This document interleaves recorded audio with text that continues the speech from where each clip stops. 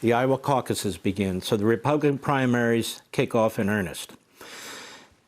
But there's something taking place in this country that is so grave and so daunting that it is the cloud overlaying the entire primary process in this election like never before in American history.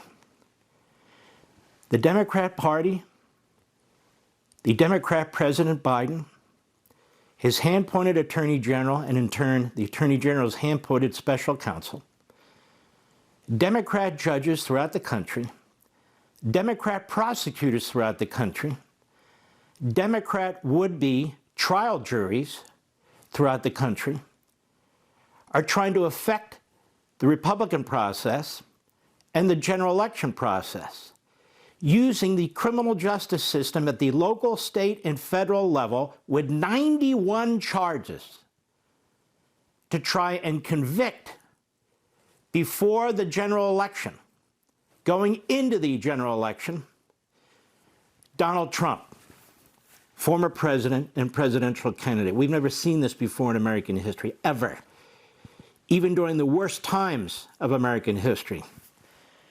Let me remind you of something, because I have to apparently remind the media and the Department of Justice. On May 25th, 2020, Merrick Garland issued a memo to all individuals in the Department of Justice, especially federal prosecutors and investigators. Simply put, the memo says, partisan politics must play no role in the decisions of federal investigators or prosecutors regarding any investigations of criminal charges. It's in 2022. Law enforcement officers and prosecutors may never select the timing of public statements, attributed or not, meaning leaks, investigative steps, criminal charges, or any other action in any matter or case for the purpose of affecting any election, or for the purpose of giving an advantage or a disadvantage to any candidate or political party. Such a purpose, or the appearance, just the appearance of such a purpose, is inconsistent with the department's mission and with the principles of federal prosecution. Well, he's not the only one to do that. We have 2020. The same exact memo that Garland plagiarized was issued in May 15, 2020, by Bill Barr, with the same exact language. In 2016, the same exact memo was issued by then Attorney General Loretta Lynch, with the same exact language. In 2012, Obama's Attorney General, second, Holder, issued the same exact memo with the same exact language. Not done. Mukasey, George Bush's Attorney General, began the process of issuing this memo. It was his language that has been copied and plagiarized by subsequent attorneys general. March 5th, 2008. So this has been the modern tradition that has been broken, that has been shredded, that has been destroyed by the Biden regime and Merrick Garland, despite his memo.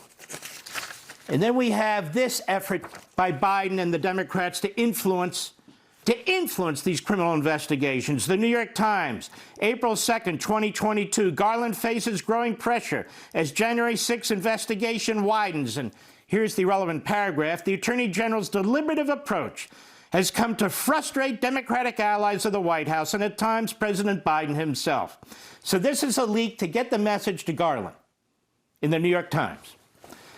As recently as late last year, Mr. Biden confided to his inner circle that he believed former President Donald Trump was a threat to democracy and should be prosecuted, according to two people familiar with his comments.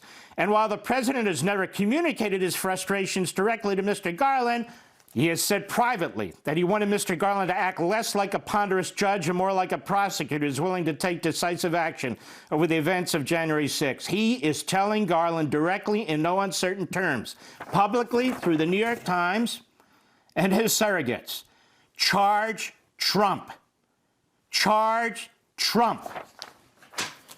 Biden signed off on FBI review of Trump records, National Archives letter reveals. This is from Fox News.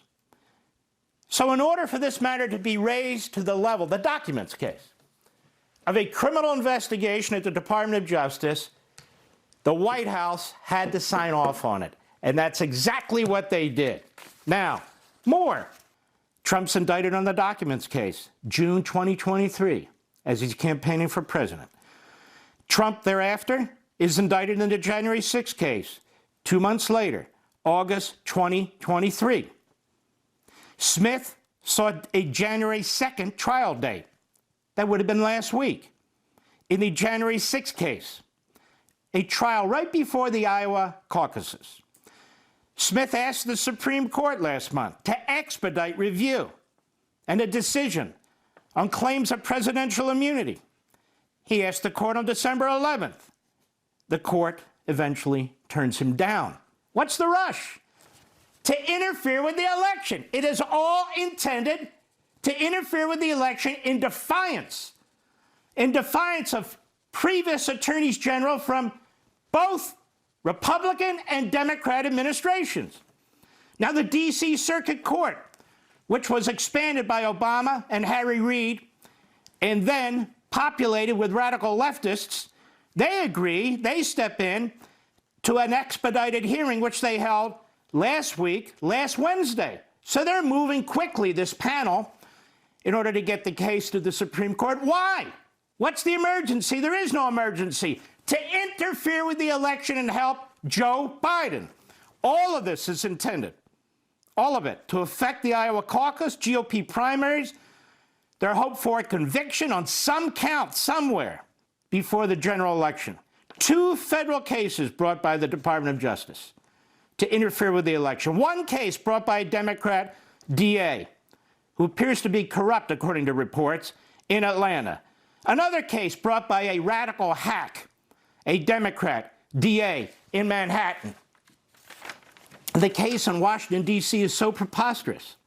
Substantively, 18 U.S.C. Section 242, originally passed as 241 in 1870, the Ku Klux Klan Act. So they're coming up with these preposterous statutes to follow Joe Biden's obvious directives. 18 U.S.C. Section 1512, the so-called Enron Act, using an obstruction statute that has nothing to do with January 6th. Now the Supreme Court has to take that up and deal with that. 18 U.S.C. Section 371, a statute used to prosecute crooked federal contractors. They use that. The documents case. Oh, they had to have an FBI SWAT team. It was very, very public. They had to get a criminal warrant. Over what? The Espionage Act of 1917, used by Democrat Woodrow Wilson to silence and imprison his opponents of World War I. Not used against Hillary Clinton, not used against Bill Clinton and his tapes in his sock drawers, not used against Joe Biden with, well, we know about the documents near the Corvette and the rest, and the stealing documents from the Senate, and so forth and so on. Both absurd cases. I don't care what other legal analysts are telling you. Both are crazy, outrageous cases that are cases of first impression, not because of Donald Trump, but because of Joe Biden. That's why. Now Biden's out there, says the other day, there's no question Trump supported insurrection on January 6th after the Colorado ruling.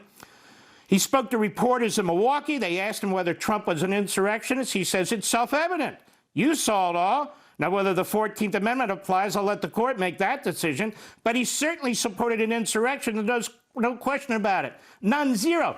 He just communicated to the Department of Justice, to the special prosecutor, to the judges, all Democrats handling these cases in Washington, to a would-be jury pool that he's poisoned and tainted. Yes, he's an insurrectionist, which means what? Do everything possible to keep him out of the White House. And then he gives speeches like he did on January 5th.